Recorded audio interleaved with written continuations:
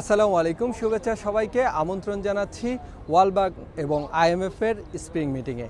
আমি এই মুহূর্তে রয়েছি ওয়ার্ল্ড ব্যাংকের সামনে এবং ওয়ার্ল্ড ব্যাংকের এই প্রধান কার্যালয়েই আসলে মূল সভাগুলো অনুষ্ঠিত হয় এবং এছাড়া অন্যান্য সভাগুলো আরও প্রায় দুটি ভবন রয়েছে, সেখানে অনুষ্ঠিত হয়।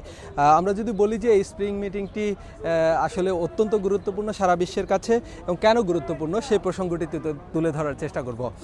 শুরুতেই যদি বলি যে এই আইএমএফ এবং বিশ্বব্যাংক সারা বিশ্বের প্রতিটি দেশকেই আসলে আর্থিক সহায়তা করে থাকে ঋণের মধ্য দিয়ে, এবং যার ফলে দেশগুলো যাতে তাদের যে অর্থনৈতিক সংকট থাকে সেই সংকটগুলো দ্রুত উত্তরণের জন্য সরকার প্রধানরা থাকেন, সরকারে যারা দায়িত্বে থাকেন তারা কিন্তু চেষ্টা করেন এই অর্থগুলো দিয়ে সহায়তা করতে। এবং বাংলাদেশের ক্ষেত্রেও কিন্তু তার ব্যতিক্রম নয়, অর্থাৎ এবারে বাংলাদেশের যে প্রতিনিধি দল এসেছেন তারা কিন্তু চেষ্টা করছেন যে আইএমএফ এবং বিশ্বব্যাংকের কাছ থেকে বিভিন্নভাবে তারা তাদের যে তার বৈঠকের মধ্য দিয়ে উপস্থাপন করেছেন যে এই মুহূর্তে $300 কোটি যে একটি সহায়তা, সেটি আসলে আইএমএফ এবং বিশ্বব্যাংকের কাছে প্রত্যাশা রাখছে বাংলাদেশের সরকার। এবং বাংলাদেশের পক্ষ থেকে বাংলাদেশের অর্থমন্ত্রী আমির খসরু মাহমুদ চৌধুরী তিনি এসেছেন এবং তিনি তার যে প্রতিনিধি দল তাদেরকে নিয়ে বিভিন্নভাবে বৈঠক করেছেন এবং সেই বৈঠকের মধ্য দিয়ে কিন্তু চেষ্টা করছেন যে এই সহায়তাটুকু নেয়ার। কিন্তু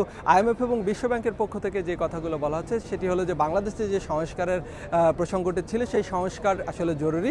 আর অন্যদিকে বাংলাদেশ সরকারের পক্ষ থেকে যারা এসেছেন তারা বলছেন যে অর্থনৈতিক এই সহায়তা পেলেই বাংলাদেশের যে ব্যাংকগুলোর যে আর্থিক সহায়তা করা, অর্থাৎ ব্যাংকগুলোর যে অবস্থা এখন বর্তমানে এবং অন্যান্য আর্থিক প্রতিষ্ঠানগুলোর যে অবস্থা তাদেরকে অর্থনৈতিক সহায়তা করলেই আসলে বাংলাদেশের এই বর্তমান যে অর্থনৈতিক সংকট সেটি উত্তরণ সম্ভব। এবং এর মধ্য দিয়ে আসলে একটি বড় সংস্কারের প্রশ্ন বা প্রসঙ্গ কিন্তু তুলে ধরেছেন এই প্রতিনিধি দল।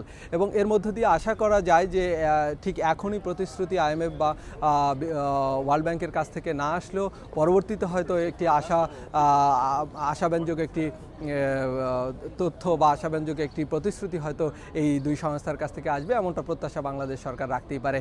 তবে সারা বিশ্ব জুড়ে যে বর্তমান যুদ্ধ পরিস্থিতি এবং তেল সংকট, নানাবিধ সংকটের কারণে পৃথিবীর অন্যান্য দেশগুলোও কিন্তু আইএমএফ এবং বিশ্বব্যাংকের দিকে তাকিয়ে থাকে এবং যার ফলে আসলে বিশ্বব্যাংক এবং আইএমএফ কিন্তু তাদের অভ্যন্তরীণ বৈঠকের মধ্য দিয়ে সিদ্ধান্ত নেবেন আসলে কোন কোন দেশগুলোকে এই মুহূর্তে সহায়তা করবেন এবং কোন কোন দেশগুলো আসলে সহায়তা তাদের পক্ষ থেকে পাবেন। তবে বাংলাদেশের ক্ষেত্রে আসলেই বিষয়টি ব্যতিক্রম, একটি অন্তর্বর্তী সরকারের চলে যাওয়া এবং তার পরবর্তীতে এই নতুন সরকার আসা, অর্থাৎ বিএনপি সরকার গঠন করা, সব কিছু মিলিয়ে বাংলাদেশ সরকারের প্রত্যাশা কিন্তু আইএমএফ এবং বিশ্বব্যাংকের কাছে অনেক শক্তিশালী এবং জোরালো।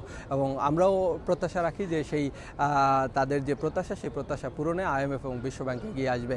তো বিশ্বব্যাংকের এই সভা থেকে আজকে এ পর্যন্তই। পরবর্তীতে আরও তথ্য নিয়ে আপনাদের সামনে হাজির হব। সে পর্যন্ত সবাই ভালো থাকবেন, সুস্থ থাকবেন।